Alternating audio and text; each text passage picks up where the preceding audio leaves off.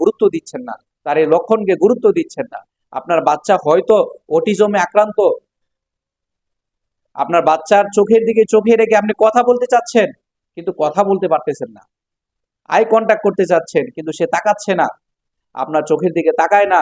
মাসের পর মাস চলে যাচ্ছে, বছর চলে যাচ্ছে, কিন্তু আপনার সাথে চোখে চোখ রেখে কথা বলে না।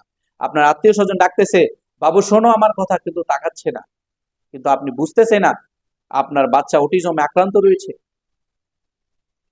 আপনার বাবু একই কাজ বারবার করতেছে, একটা খেলনা নিয়ে খেলতে থাকলে, একই সারিতে সাজাতে থাকলে কোনো খেলনা সেটা সাজাতেই থাকে, কোনো কিছু ধরতে থাকলে সেটা কে নিয়েই পড়ে থাকতে থাকে, কোনো জায়গায় হাঁটতে থাকলে সেখানে সোজা বরাবর হাঁটতে থাকে, একই কাজ বারবার বারবার করতে থাকে, কিন্তু আপনি গুরুত্ব দেন না।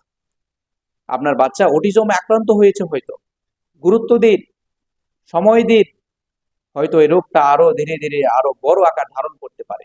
একা থাকতে পছন্দ করে, কারোর সাথে মেশে না, আপনার কলিজার বাবু আপনার কাছে আসে না, আপনার ওয়াইফের কাছে যায় না, আপনার হাজবেন্ডের কাছে যায় না, দাদা দাদুদের কাছে যায় না, একা একা ঘরের কোণে বসে খেলাধুলা করতে পছন্দ করে, নিজেকে সময় দিতে পছন্দ করে, মানুষের সাথে মিশতে চায় না, যেটা কিনা স্বাভাবিক বাচ্চাদের থেকে সে অনেক দূরে রয়েছে। কেন এই সমস্যাগুলো, কি হতে পারে তার এই লক্ষণগুলো?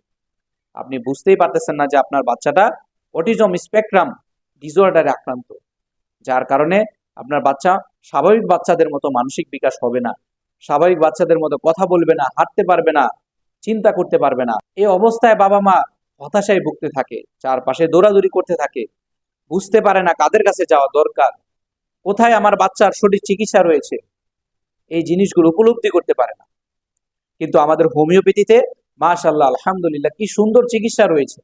আমাদের হেনিম্যান, যিনি হোমিওপ্যাথির প্রবর্তক, মানসিক, ইমোশনাল, মেন্টাল, ফিজিক্যাল সবকিছুর উপর ভিত্তি করে যে মেডিসিনগুলো তৈরি করেছে, যে এসবের উপর গুরুত্ব দিয়ে মেডিসিনগুলো তৈরি করেছে, সেগুলো যখন আমার বাচ্চার ধাতুর সাথে মিলে যাবে, খুব সুন্দরভাবে এই রোগটা